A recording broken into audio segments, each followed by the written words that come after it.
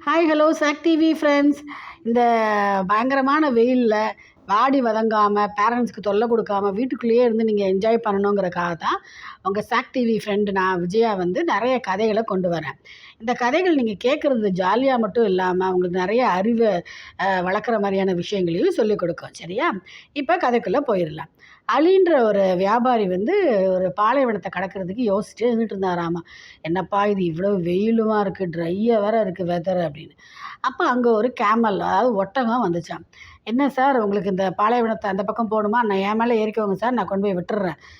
என்ன பேசுகிற நீ? நானே நொந்து போய் நின்றுக்கிட்டு இருக்கேன். என்ன வெயில், என்ன ட்ரை வெதர் பார்த்தியா அப்படின்னு. சார் உங்களுக்கு தெரியாதா, என்னோடய பேர் தான் பாலைவனப்பல், அதாவது ஷிப் ஆஃப் த டெசர்ட். ஏன்னா இயற்கையாகவே நிறைய விஷயங்கள் அம்சங்கள் என் உடம்புல இருக்குது. இது மூலமாக நான் டெசர்ட்டில் நல்ல நிம்மதியாக ஜாலியாக வாழ முடியும். என்னால் நான் உங்களை கடந்து இந்த பாலைவனத்தை கடந்து அந்த பக்கம் கூட்டிகிட்டு போக முடியும் ஈஸியாக.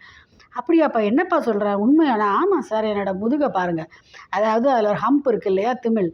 இதில் தான் நான் கொழுப்பு வடிவத்தில், அதாவது ஃபேட்டு வடிவத்தில் நான் சாப்பாடை சேமித்து வச்சுக்குவேன். எவ்வளோக்கு சாப்பாடு கிடைக்குதோ அப்போ நல்லா சாப்பிட்டு ஃபேட்டாக அதை நான் சேமித்து வச்சுக்கிறேன். அதனால் எத்தனை நாள்னாலும் பட்டினி கிடக்கலாம், எனக்கு பசிக்கவே பசிக்காது. அது மாதிரி இந்த வயிற்றில் பார்த்திங்கன்னா நிறைய தண்ணி நான் குடித்து நிறைய தண்ணியை நான் சேர்த்து வச்சுக்குவேன். அதனால் என்னால் தண்ணி இல்லாமல் கூட பல நாட்கள் என்னால் பிரயாணம் பண்ண முடியும், பிரச்சனையே கிடையாது. தாகமே எனக்கு எடுக்காது. அப்புறம் பாருங்களேன், என்னோடய காலை பாருங்கள், நல்லா அகலமாக இருக்குது இல்லையா பாதங்கள். அது இல்லாமல் அதில் நல்லா பேடடாக இருக்கும். அதனால் என்னோடய பாதங்கள் கரெக்டாக நல்லா பதிய வச்சு நடக்க முடியும் இந்த சாஃப்டான பாலைவன மணலில். கீழே அப்படியே உள்ளே நான் முங்கி போக மாட்டேன். அதுவும் இல்லாமல் பாலைவனத்தில் புயல் காற்று அடிக்கும் தெரியுமா, அதாவது மணல் புயல். அது என் மூக்குக்குள்ளே போகாமல் இருக்குது. என் மூக்கை நான் மூடிக்குவேன். அது பார்த்திங்களா, நம்ம நாஸ்ட்ரில்ஸை என்னால் மூடிக்க முடியும். அப்புறம் என் கண் இமையும் ரொம்ப பெருசு. அதில் இமை முடிவுகளும் நிறைய நீளமாக இருக்கும். அதனால் எனக்கு மணல் புயல் அடிக்கும்போது மண் என் கண்ணுக்குள்ளே போகாமல் என்னால் பாதுகாப்பாக இருக்க முடியும். இந்த மாதிரி தாங்க எனக்கு இவ்வளோ இருக்குது. அது இல்லாமல் கால் பார்த்திங்கன்னா எவ்வளோ நீளமாக இருக்குது.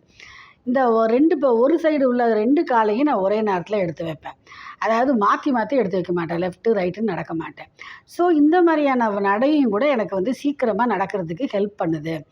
ஸோ உங்களுக்கு பெஸ்ட்டு வெஹிக்கிள் நான் தான் இந்த பாலைவனத்தை கடக்கிறதுக்கு அப்படின்னு.